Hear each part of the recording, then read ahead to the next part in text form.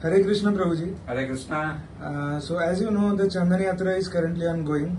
Could you share your thoughts on its significance of what is Chandan Yatra and how it's celebrated? Okay. So, Chandan Yatra, where sandalwood paste is smeared on the body of the Lord Shiva.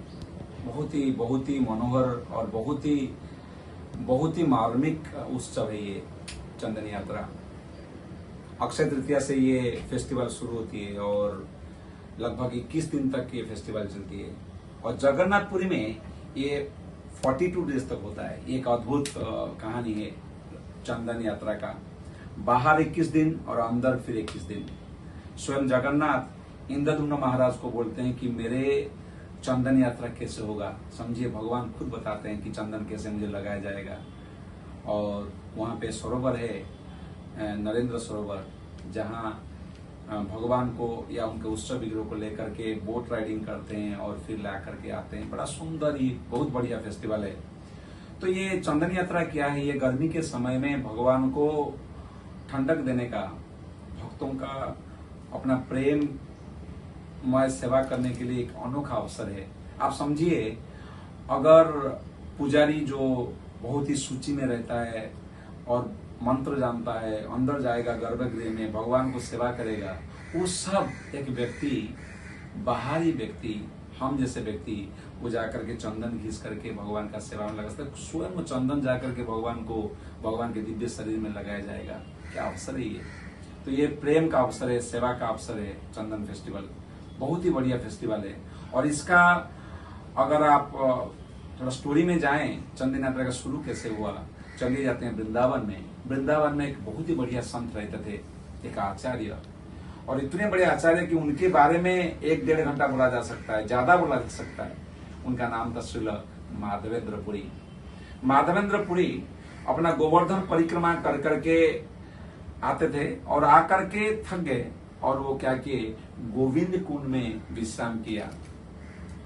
और वो इतने अच्छे संत थे, किसी को कुछ मांगते नहीं थे, मधुकरी करते थे। मधुकरी मतलब जो आया वो खाए, अजगर वृत्ति बोलते हैं, जो आया उसको खाए, नहीं तो ठीक है, किसी को कुछ मांगना नहीं। बहुत ही प्रामाणिक साधु थे और थोड़े एजेड भी थे। अब उनको थोड़ा नींद आ जाता है, वो थोड़ा मान लो झपकी ले लेते हैं, जो बोलते हैं, थोड़ा सा नींद आ गया। और उस टाइम में नहीं, उससे पहले एक बढ़िया सा कहानी होता है। कैसा? वो थके हुए बैठे हैं और वहां से एक सुंदर ग्वाल बाल आता है, बहुत ही सुंदर बालक। वो आकर के उनको एक मटका में दूध ला करके वो बाबा जी को देते हैं। बाबा जी आपके लिए, आप थके हुए लग रहे हो। और माधवेंद्र पुरी वो बच्चे को देखते हैं, उनका मन भर जाता है और पता नहीं वो क्या कर रहे हैं, बस ले लेते हैं और उसको पीते हैं। इतना आनंद लगता है उनको, विभोर हो जाते हैं। और लड़का को देख करके वो मानो कि उनका दिल खो जाते हैं, मतलब दिल खो देते हैं उसके ऊपर, लड़के के ऊपर। इतना प्रेम आता है उनको। और लड़का चला जाता है, बोलते हैं सुनिए बाबा जी, ये मटका को रखिए, मैं आते हुए ले जाऊंगा। बाबा जी ऐसा मानते ना, हम भूल गए, हम कुछ याद नहीं रहा। ठीक है, वेट करते हैं। बच्चा कभी आता ही नहीं। तो माधवेंद्र पुरी सोचते रहते हैं और उनको नींद आ जाता है। और नींद में वही लड़का जो उनको दूध का मटका दिया था, वो आकर के बोल रहे हैं कि मैं यहीं से बहुत ही कम जगह में, मतलब बहुत ही कम रास्ते में यहाँ पर मैं हूँ।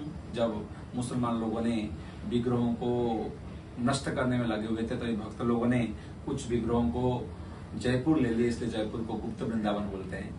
और कुछ को छिपा देते थे, तो ये मिट्टी में छिपा दिए थे। वहां झाड़ी था, तो बोले यहाँ पे मैं हूँ और मुझे बहुत गर्मी हो रहा है, तुमको गर्म हो रहा है, तो मुझे बहुत गर्मी हो रही है, मुझे वहां से निकालो। और माधवेंद्र पुरी सोचते हैं, हाय, बहुत ही लज्जा फील करते हैं, मैं क्या कर दिया। भगवान जिनको सेवा देना चाहिए, यही है वो भगवान जिन्होंने मुझे मिट्टी में, मटका में दूध दिया, मैं उनसे सेवा ले लिया। किस प्रकार का भक्त हूं मैं। जो भक्त है वो हमेशा भगवान को सेवा देना चाहता है, लेना नहीं। अब तो हम भगवान के मंदिर में जाते हैं, शॉपिंग लिस्ट पकड़ाते हैं, वो बात अलग है। तो चलिए, तो वो जगते हैं, बोलते हैं कि हमने इसको देखा, सच है। और वो लोगों को बोलते हैं, लोग तुरंत तैयार होते हैं, देखते हैं। और लोग जाकर के वो झाड़ी को सब काटते हैं और देखते हैं कि भगवान का विग्रह, इतना सुंदर विग्रह, और वो विग्रह का भी इतिहास है जिसमें हम जाएंगे नहीं। और भव्य मंदिर बनाते हैं, कितने दिन में बनाते हैं, मात्र 2 दिन में सेवा पूजा स्थिर करते हैं, और लोग खुशी खुशी, कोई आरती करने आता है, कोई पानी लेकर के, कोई दूध लेकर के, कोई दही लेकर के, क्या क्या चल रहा था, और बढ़िया सा स्टैंडर्ड बना करके अति आनंद से भगवान का सेवा करने लग जाते हैं। कुछ ही दिनों के बाद और एक बार भगवान उनको सपने में आते हैं, बोलते हैं क्योंकि मैं झाड़ी के अंदर बहुत दिनों तक था, इतनी गर्मी हो रही है और मेरे अंदर का जो ताप है वो निकल नहीं रही है। भले आपके समय बहुत प्रसन्न हो, लेकिन मुझे मलयगिरी से, मलय पर्वत से, जो कि उड़ीसा में, वहां से आप चंदन लेकर के उसका लेप लगाएंगे तो मुझे ठंडक मिलेगी। आप सोचो, भगवान भक्त का, बोलते ना क्या, किस तरह का रिलेशनशिप है। भगवान स्वयं बोलते हैं, और माधवेंद्र पुरी तुरंत उठते हैं, पूछते नहीं जाऊंगा कैसे, टिकट कहाँ है, फ्लाइट टिकट किधर है, ट्रेन टिकट के, कुछ नहीं, और वो निकल देते हैं। आप सोचिए, हजारों किलोमीटर चल के जाते हैं, फिर जाते जाते शांतिपुर में जाते हैं, वहां भी लीला होती है, वो लीला में मैं जाऊंगा नहीं।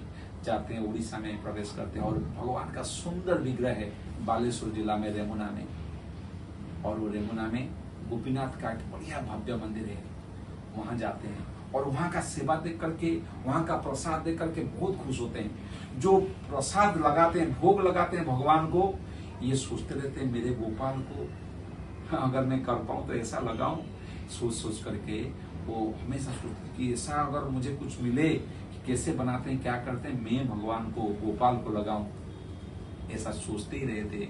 उनको खुद को इंसल्ट लगा, भगवान को भोग लगा नहीं, और मैंने सोच लिया मेरे बारे में कि खाऊं ताकि मालूम पड़े कैसा सेवा करूं। सेवा का तो बहाना था, मेरा खाने का इच्छा था। शुद्ध भक्त हमेशा इंट्रोस्पेक्शन करता है, रिफ्लेक्ट करता है, हालांकि उनका इच्छा कोई भोग का था नहीं। और लो एंड बिहोल्ड, 13 मटका से मालूम पड़ता है कि 12 ही मटका दूध का मिलता है। उस भोग का नाम है अमृत केली। और एक कहाँ है, मिला नहीं, तो पुजारी चुपचाप रह गए, मालूम नहीं क्या हो गया, हम 12 दे दिए थे क्या। पर जब शयन काल में भगवान को सुलाने जाते, मालूम पड़ता है कि भगवान के पीछे वो मटका रखा हुआ है अमृत केली का। तो भगवान के, वो जो पुजारी था वो भी शुद्ध भक्त था, भगवान उसको बोलते हैं कि मेरे शुद्ध भक्त यहाँ आए हुए हैं गोवर्धन से, वृंदावन से, उसके लिए मैं ये चुरा करके रखा हूं। आश्चर्य होता है पुजारी, और जाकर के चिल्लाता है, कोई है माधव गोसाई, माधवेंद्र पुरी, माधवपुरी कौन है। माधवपुरी बोलते हाँ मैं हूं। बोलते तुम्हारे लिए, तुम बहुत ही भाग्यवान हो, तुम्हारे लिए गोपीनाथ ने दूध कैला चोरी, तुम्हारे लिए गोपीनाथ ने दूध चोरी किया है। और देखते देखते उनका ये बात कि कोई बाबा जी गोवर्धन से आए, इतने बड़े भक्त हैं, गोपीनाथ स्वयं चोरी कर लिया दूध, खीर, तो इसीलिए उनका नाम बाद में पड़ जाता है खीर चोरा गोपीनाथ। चलो कैसे कैसे करके माधवेंद्र पुरी वो खीर को खाते हैं, बहुत ही खुश होते हैं, भगवान को प्रार्थना करते हैं। लेकिन ये वाइल्ड फायर की तरफ फैल जाता है कि कोई ऐसा संत है जिसका इतना महत्व है, जो इतना शुद्ध है कि भगवान स्वयं उसके लिए दूध का मटका चोरी किया, खीर चोरी किया। प्रतिष्ठा बढ़ते जाता है। बोलते हैं प्रतिष्ठा नारी सदा कुंवारी, हम प्रतिष्ठा के पीछे भागेंगे, वो कभी शादी नहीं करेगी। ऐसा है कुंवारी है हमेशा, क्यों, जो पाना चाहते हैं उसको वो भागेगी, और जो नहीं पाना चाहते हैं उसके पीछे भागेगी, तो मतलब कभी शादी नहीं होगा ना। और एक ऐसी लड़की है जो उसको चाहता है वो उसको बोलेगा नहीं नहीं नहीं, जो नहीं चाहता है, कभी नहीं चाहिए, तो उसके पीछे भागेगी, उससे शादी होगी। प्रतिष्ठा नारी सदा कुंवारी। रातों रात ये प्रतिष्ठा को डरते हुए भाग जाते हैं माधवेंद्र पुरी। कहा, मलय जहां उनको जाना था, पुरी की ओर पहुंचते हैं 1-2 दिनों के बाद। और वहां ये जाने से पहले चला गया था मैसेज कि ऐसा एक साधु जो रेमुना मंदिर में आया, उनके लिए भगवान ने दूध चोरी किया। चलो जो भी है, इन्होंने परिचय दिया और उनके लिए सब व्यवस्था हो गया। और राजा वहां पे बंदोबस्त कर दिया, लोगों को पकड़ा और इतना सारे चंदन लेकर के वापस आए। आते टाइम फिर यमुना में और वहां रुक करके जाएंगे, फिर सपना आया। देखिए 3 बार सपना हो गया, एक बार, दूसरा बार, तीसरा बार। 3 बार में बोला कि ये जो गोपीनाथ का विग्रह है ये मेरे से अभिन्न है, गोपाल और गोपीनाथ ये अभिन्न है। तो आप मुझे वही सेवा का आनंद दे सकते हो अगर आप गोपीनाथ के शरीर में इसको लेपन करो। तो कैम्फर कर्पूर के साथ चंदन को मिला करके पेस्ट करके 2 हफ्ता तक माधवेंद्रपुरी स्वयं यमुना में गोपीनाथ के शरीर में लेप किया और तब से ट्रेडिशनली 3 हफ्ता लगभग 21 दिन तक अक्षय तृतीया से लेकर के हम सेवा करते हैं, जिसका नाम दिया गया चंदन यात्रा। और ये चंदन यात्रा इसका इंडिकेशन है कि भगवान और अपने भक्तों के बीच में क्या संपर्क है, कैसे भगवान भक्तों के साथ में आनंद का, प्रेम का आदान प्रदान करते हैं। भगवान के दिव्य शरीर में जो चंदन लगाते हैं, चंदन का एक विशेषता है। क्यों चंदन इतना प्यारे है? ऑफ कोर्स भगवान को जो पत्रम, पुष्पम, फलम जो भी दे वो प्रिय है, भगवान को भक्त प्रिय है, लेकिन चंदन का विशेषता क्या है?